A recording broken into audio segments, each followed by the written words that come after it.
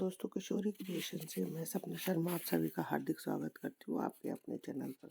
दोस्तों, आज के वीडियो में मैं आपके लिए माघ मास महात्म्य के 18वें दिन की कथा लेकर के आई हूँ। इससे पहले के 17 अध्याय के वीडियो जो है मैंने मेरे चैनल पर डाले हुए, जिसका लिंक जिसको आप मेरे चैनल पर जाकर देख भी सकते हो और श्रवण भी कर सकते हैं। मैं आज 18वें अध्याय की कथा में आपके लिए माघ मास के स्नान का फल, गंधर्व कन्याओं की कथा के बारे में बताऊंगी। इससे पहले मैं आपको गायत्री मंत्र के कुछ स्वरूप बता रही हूँ। इससे पहले के अध्याय में भी मैंने आपको गायत्री मंत्र के कितने प्रकार है, गायत्री मंत्र की महिमा के बारे में बताया। आज के वीडियो में मैं आपके लिए श्री कृष्ण गायत्री मंत्र बताऊंगी। कृष्ण गायत्री मंत्र जो है वो इस प्रकार है: ओम देवकी नंदनाय विद्महे वासुदेवाय धीमहि, ओम तन्नो कृष्णा प्रचोदयात्। अब मैं आपको जो है राधा गायत्री मंत्र भी बता रही हूँ। राधा गायत्री मंत्र के साथ माता राधा की कृपा के साथ साथ भगवान श्री कृष्ण की कृपा भी आपको पूरी तरीके से मिलेगी। आइए जानते हैं। ओम वृषभानुजाय विद्महे कृष्णा प्रियाय धीमहि, तन्नो राधा प्रिया प्रचोदयात्। गायत्री मंत्र का एक और स्वरूप है दोस्तों, उसके बारे में भी जानेंगे। लक्ष्मी गायत्री मंत्र। वैसे तो हम माता लक्ष्मी की सभी आराधना माता लक्ष्मी के मंत्रों से करते हैं। अगर आप चाहते हैं कि आपके घर में धन धान्य पूरी तरीके से भरा रहे, तो आप माता गायत्री के लक्ष्मी गायत्री मंत्र के जाप करते हैं, तो इससे आपके सभी मनोरथ पूर्ण होते हैं और आपके घर में धन धान्य हमेशा भरा रहता है। लक्ष्मी गायत्री मंत्र का जाप जो है धन, सफलता और प्रसिद्धि के लिए किया जाता है। मंत्र जो है इस प्रकार है: ओम महादेव्यै च विद्महे विष्णु पत्नी च धीमहि, तन्नो लक्ष्मी प्रचोदयात्। ये 18वें दिन की कथा जानते हैं। 18वें दिन की कथा में हम जो प्रयाग स्नान का फल और गंधर्व कन्याओं की विरह कथा के बारे में जानेंगे। पहले 17वें अध्याय में जो है हमने कांचन मालिनी अप्सरा के द्वारा जो है राक्षस के उद्धार की कथा का हमने जो है श्रवण किया था।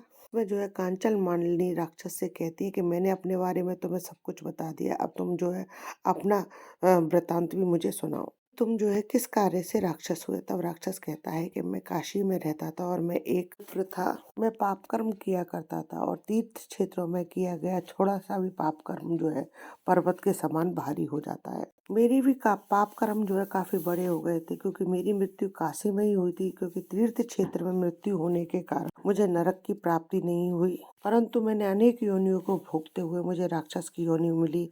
अब तुम जो है मेरा उद्धार करो। कांचन मालिनी ने कहा कि मैं तुझे अपने माघ स्नान का फल देती हूँ। फिर अपने वस्त्रों से जल निचोड़ करके अपनी अंजलि में लेकर के संकल्प करके उस राक्षस पर छिड़क दिया और राक्षस उसी समय राक्षस योनि को छोड़ करके सुंदर तेजों में लेकर के देवताओं के विमान में बैठकर स्वर्गलोक को गया।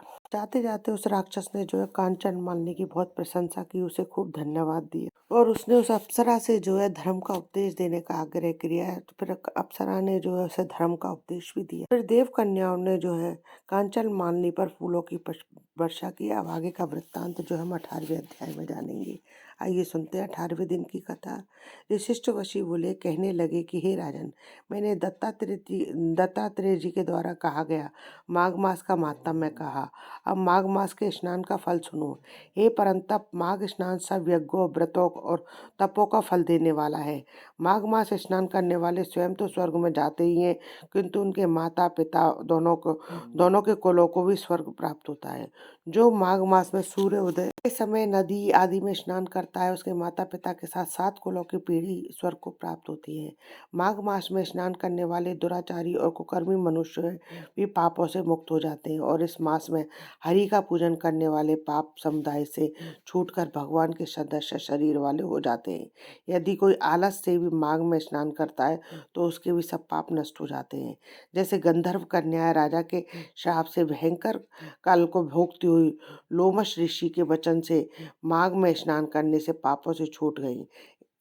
ऋषि की यह बात सुनकर राजा दिलीप विनय से पूछने लगे कि गुरुदेव, ये कन्याएं किसकी थी, उनको कब और कैसे श्राप मिला, उनके क्या नाम थे, ऋषि के वाक्य से कैसे श्राप मुक्त हुई और उन्होंने कहाँ पर स्नान किया।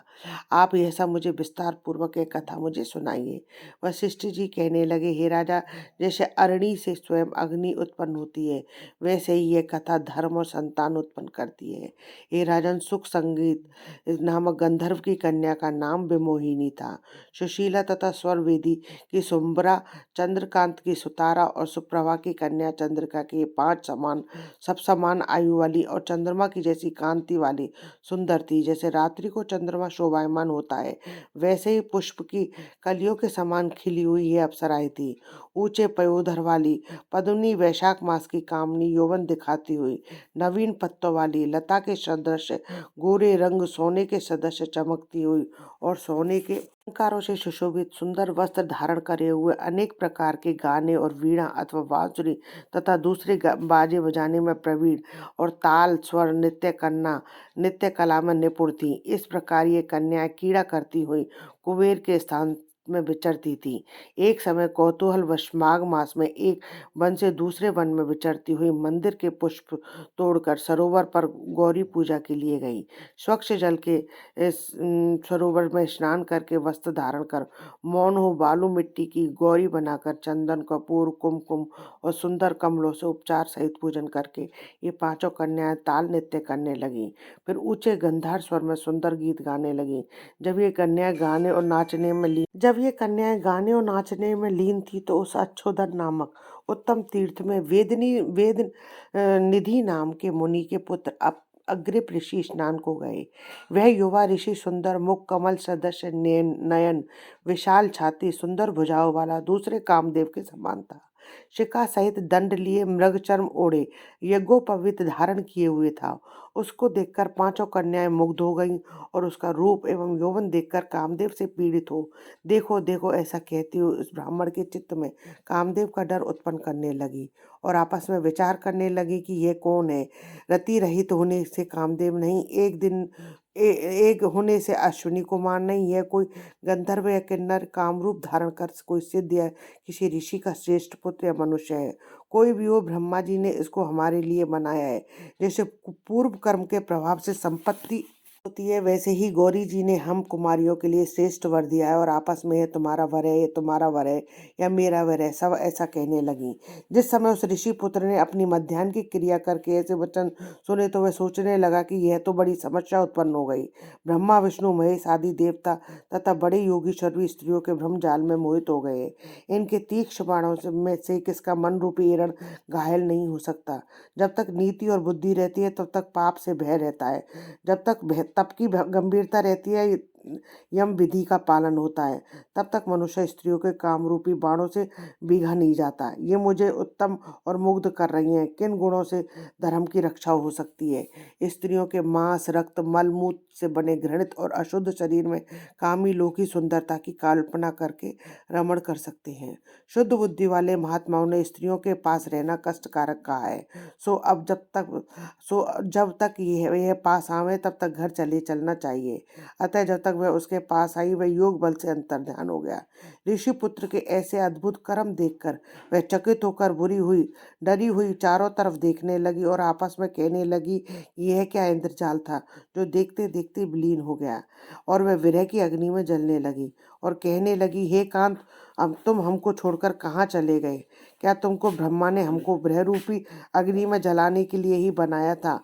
क्या तुम्हारा चित्त दया रहित है? हमारा चित्त दुखाकर चले गए। क्या तुमको हमारा विश्वास नहीं?